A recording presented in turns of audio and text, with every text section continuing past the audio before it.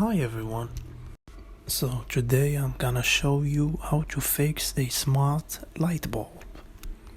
First of all, you're gonna need a flat screwdriver.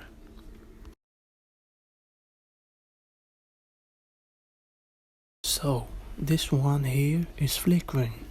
I fixed another one that faded out and died. The same process goes for both of them. You're gonna also need a box opener.